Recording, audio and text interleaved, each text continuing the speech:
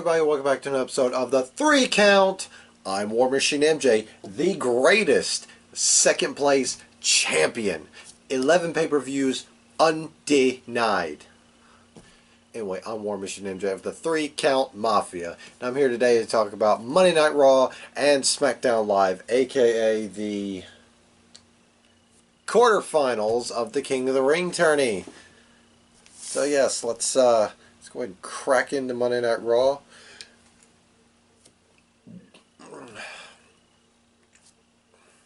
If it'll load. Okay, alright.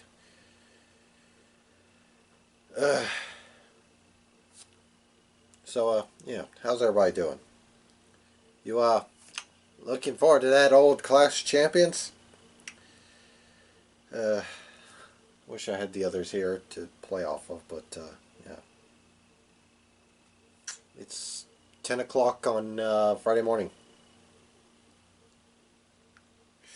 Anyway, yeah, we're gonna kick the things off with Monday Night Raw from Baltimore. Yeah, we started the show off with a contract mediation between Seth Rollins and Braun Strowman for their match at Clash of Champions. Michael Cole was moderator, and yeah, it's just pretty much tough talk between the tag team champions / Universal Champion and #1 contender. When the OC came out before Rollins and Strowman put pen to paper. And AJ Styles basically said, you know, it's fitting that, you know, you get championships just by championship opportunities just by looking at the title.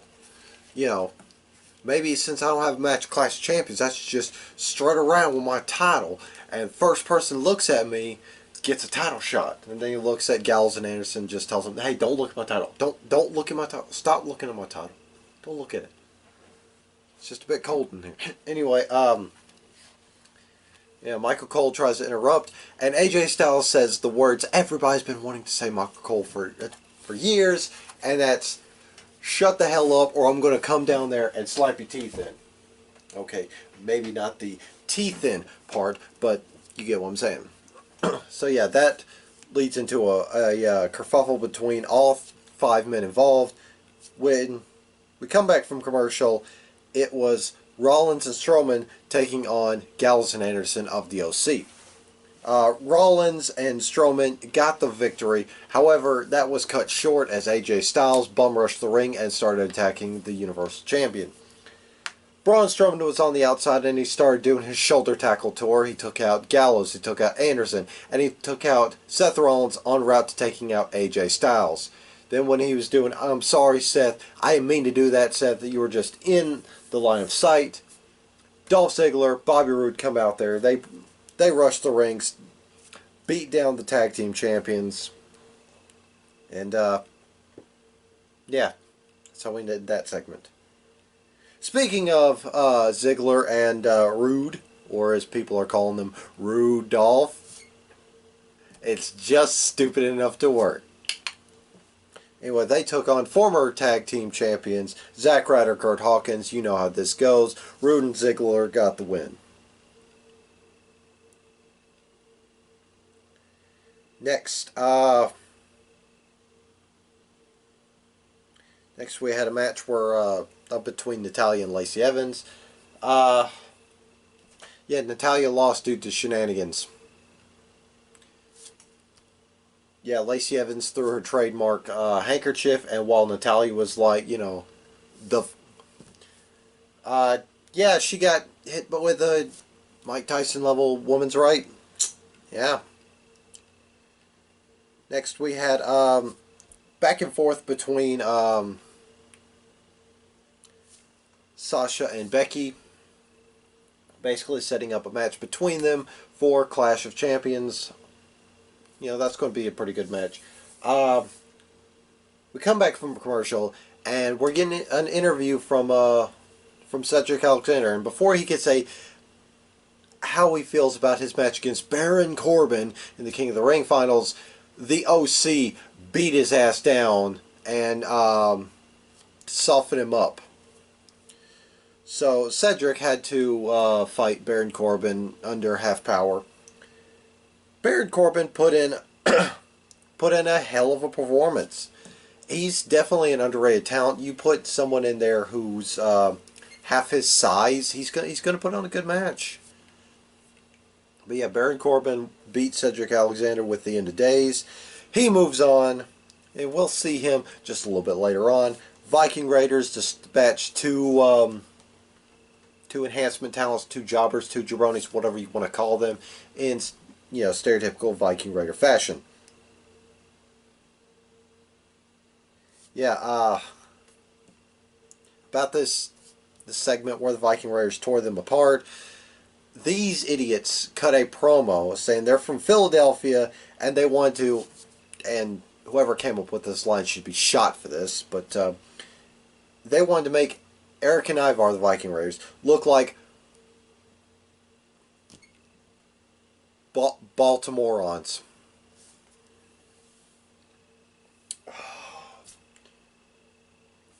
You could have come up with anything better than that.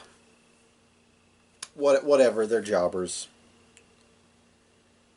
Next, we had another amazing King of the Ring match between Ricochet and Samoa Joe, where they just went to town on each other. They beat each other down. And the final stretch of the match was Ricochet was going to go up for some more daredevilry on the top rope.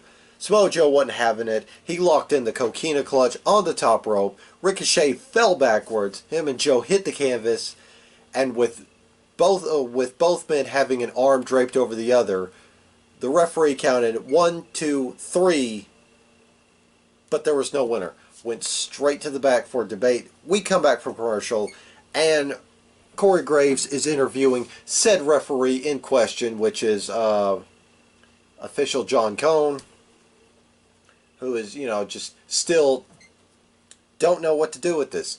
And then in walks his old nemesis, Baron Corbin, who says, I think Samoa Joe and Ricochet should not go to semifinals. Give Baron Corbin bye into finals. And so John Cone, keeping up with the storyline tradition of sticking it to Baron Corbin while doing his job at the same time, basically said, next week at MSG, it will be a triple threat to get into the finals of the King of the Ring match. It's going to be good. It's going to be good. Next, we'll skim over that, save that for between SmackDown and Raw. Next, we had a clear disappointment. All right.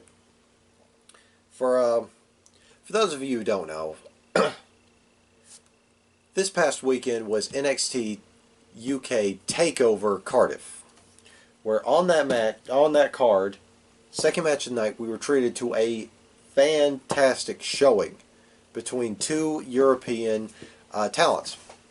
We had the Madman of Moscow, Ilya Dragunov, taking on the Swiss Cyborg Superman, whatever you want to call him, Cesaro, the King of Swings, which we actually got the swing. 40 rotations. What happened 2 nights later? Cesaro loses in a 6-minute filler match to The Miz.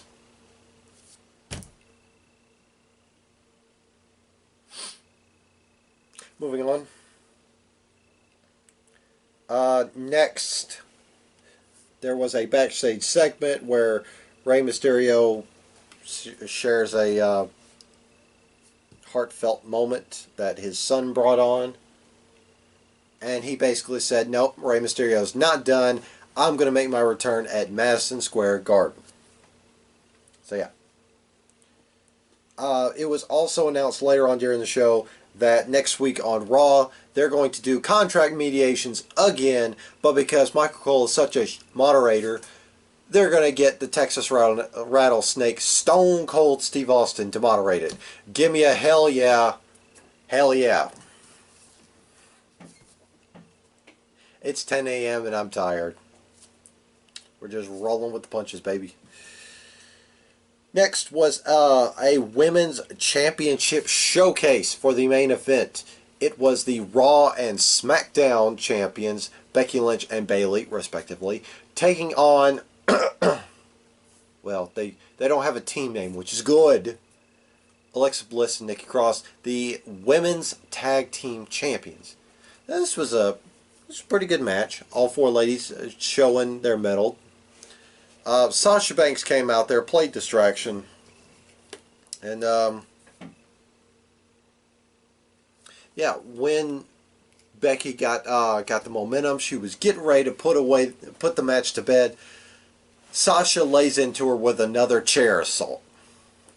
Halfway through her beatdown session, Bayley slides in, takes the chair, says, "No, no, stop. You've done enough." Then she beats the hell out of Becky Lynch.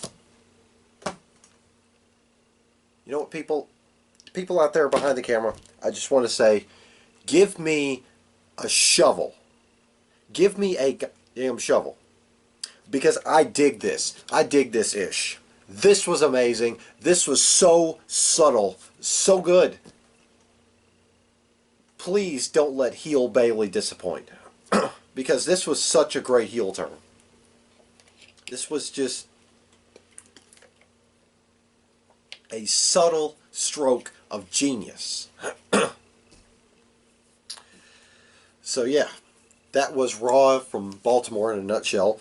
Now, before we move on to SmackDown, we're going to talk about a grand number of things. First of all, we're going to talk about plans to the WWE landscape going forward. Get my opinion on them. One of the things they've announced is for the first week that SmackDown is on Fox, Friday Night SmackDown, on Raw and SmackDown respectively, they're going to be doing a brand draft. Now, what I hope is it's going to be a concrete roster. No wild card shenanigans, no so-and-so is drafted to SmackDown, but just makes sporadic Raw appearances in, the next 5-6 months. It's just concrete. Another thing that was announced was they're going to have, well, not so much announced, but was the report has started surfacing around is yeah, they're basically going to have concrete announced teams on Raw and SmackDown. So Corey Graves is going to be on one side of the fence. Of course, they're going to stick Renee on SmackDown because she's going to be hosting the post-SmackDown talk show, whatever that decides to be. So yeah, next one, it kind of involves NXT, not NXT, kind of involves. Actually, we could talk about it because it was announced earlier this week that I believe it was the first two episodes of, the first two episodes of NXT TV on USA Network. Yeah, something really stupid, and Rodimus and I were talking about it, and I kept telling him it's really stupid. It's a terrible idea. It's really stupid. They're going to broadcast the first hour on USA Network, and then the second hour on the WWE Network, or vice versa. Basically, 1 hour on the network, 1 hour on the USA Network. That is stupid. Because you're only treating half your audience to one half of the show. Basically, if you have cable, you just missed out on half that show. I hope that's not a plan going forward, and if it is, I hope they upload the entire show on the network on Thursday, because that is really stupid. Now, the other thing I wanted to talk about before I brought up NXT was there's plans to kind of get rid of 205 Live. Now, I could be on board with that if they go one of two ways. One way is, you completely dissolve it, give that hour to SmackDown, do whatever, or just get rid of the hour entirely. but you dissolve the roster and you just kind of divide them anywhere the wind blows between Raw, SmackDown, and NXT. Or the other way is you move the 205 roster to SmackDown. But you need to do it like this. Save the first hour of the show for, all of your undercard feuds, maybe a small title feud, depending on its importance. In the second hour, all cruiserweights. Focus on all their storylines, all their matches, all that stuff. Third hour, focus on your main meat and potatoes of SmackDown, like, all your big feuds, all your world title feuds, maybe dang it, I did it again. United States title, if needed. That'd be great. Be acceptable for a 3-hour show. Now, before we get to SmackDown, one last thing we want to talk about that happened on Monday Night Raw, and that is the return of the Firefly Funhouse. This was such a good episode because Bray Wyatt pops up, and his first act of business is to basically cover his ass because Devil Vince pops up and chastises Bray Wyatt for booking himself in a Universal title match at Hell in the Cell.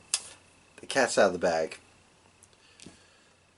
Devil Vince threatens to fire Bray when Bray goes, "Wait a minute, I made these for you." And it's a stack of money, and he just starts feeding the Devil Vince puppet money. That is genius. That is so apropos. Anyway, his next order of business was to basically apologize to Finn Balor for kicking his butt, winning a match, doing his job.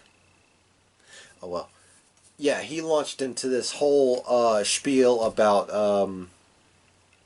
you find strength in solidarity or something or another. It was a whole teamwork kind of deal because he had all of his puppets, including Ramblin' Rabbit, holding up a very, very curious help sign, which Bray just kind of dismissed very, very quickly. And of course, he ended off with, "Let me in." So yeah, great episode, loved it. Especially him feeding Devil Vince his merch money. Anyway, we kicked off SmackDown Live, where we started the show off with Bayley. She's still got her wacky waving inflatable tube buddies. She's still got her poppy upbeat music. But she basically, she was basically getting some cheers. It was a split reaction, but she was definitely getting a lot of cheers. She was shocked at the fact that people are chastising her for standing with her best friend, Sasha. They've been frenemies, I guess would be the appropriate word.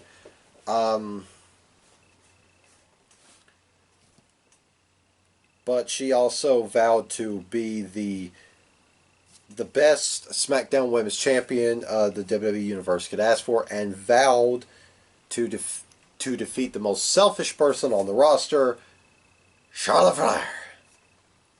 And of course, that prompted said queen to come out and say, "I'm not selfish.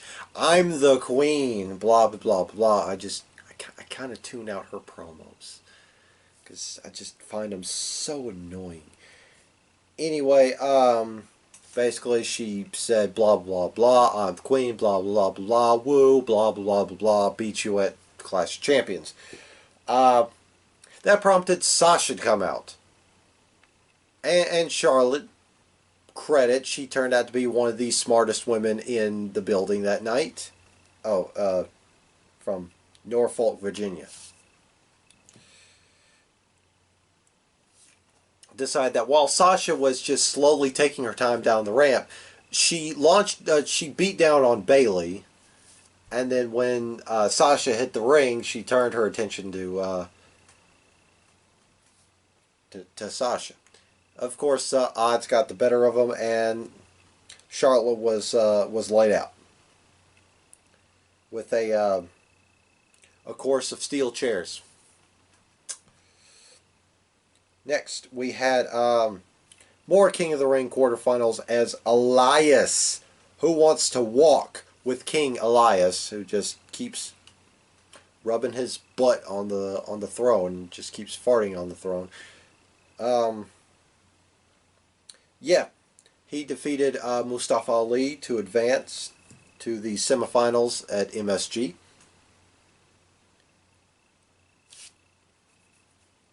Yeah, it was a pretty good match, though, all things considered.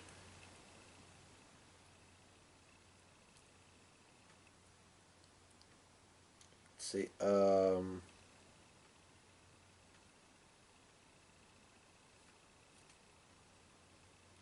Okay, yeah. Earlier in the programming, there was Drake Maverick backstage, uh, trying to find a way out of Norfolk, Virginia, safely, with his gorgeous wife, who tells him, "You're in a boiler room, you idiot," which just so happens to be where some of the cruiserweight guys were hanging out, because Drake Maverick avoids the Bollywood boys.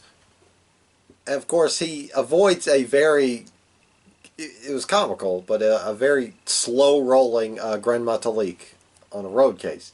He avoids them, then avoids Curtis Axel, but Bo Dallas, by God, finally picked up his first singles title on the main roster as he becomes new 24/7 champion.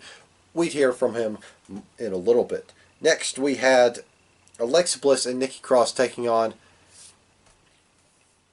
I guess I'm going to have to acknowledge this team name, even though I don't want to. The team of Mandy Rose and Sonya Deville, Fire and Desire. Ah, God, leaves a nasty taste in my mouth. Not that anything. Not that I have anything against these two ladies. They're fantastic. It's just the name is just awful. Just they could have come up with anything better than that. Oh well. But yeah, Rose and Deville got the W over the tag team champions, which is very, very surprising. Next, we got a promo for Randy Orton. I tuned this out. I couldn't remember. All I remember was blah, blah, blah, blah, blah, stupid, stupid, stupid, stupid, stupid, stupid, Clash of Champions, stupid, stupid, stupid. Three most devastating letters, RKO. Basically, he called Kofi out there. New Day's music hits. Kofi comes out there, but he's already under assault by Scott Dawson, Dash Wilder, the Revival, say yeah, top guys. They beat him down, but Kofi's still, scraping and clawing to get at Randy Orton. And, of course, they lay him out with the Shatter RKO. Shatter RKO. Of course, as soon as that is done, we see from the new 24/7 champion, Bo Dallas and Curtis Axel, as they hit the ring. They avoid more malcontents for Bo's title. Drake Maverick picks it back up, and it gets to the top of the ramp and is celebrating, not knowing that R-Truth is hiding in the King of the Ring prop set, wearing a lampshade.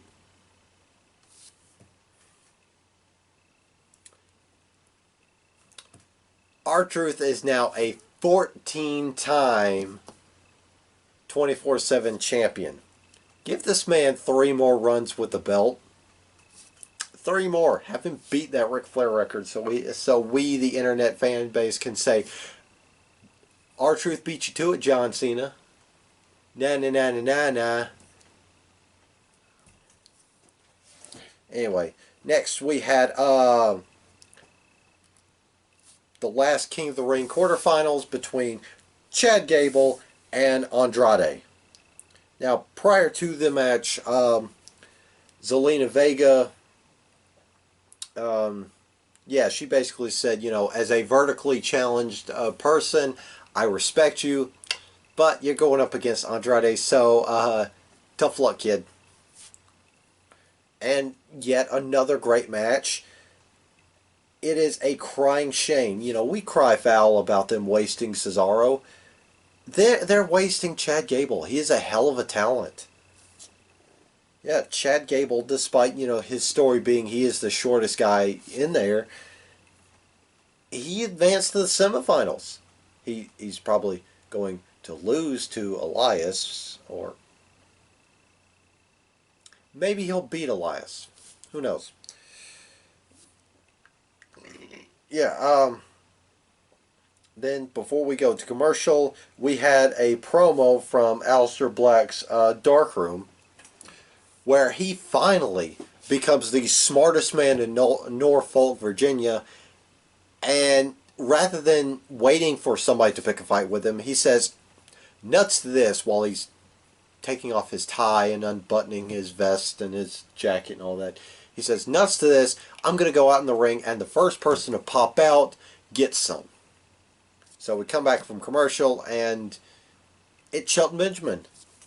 They put on a pretty decent fight. However, Aleister Black lays him out with Black Mass. No surprise. Next, we had Shinsuke Nakamura.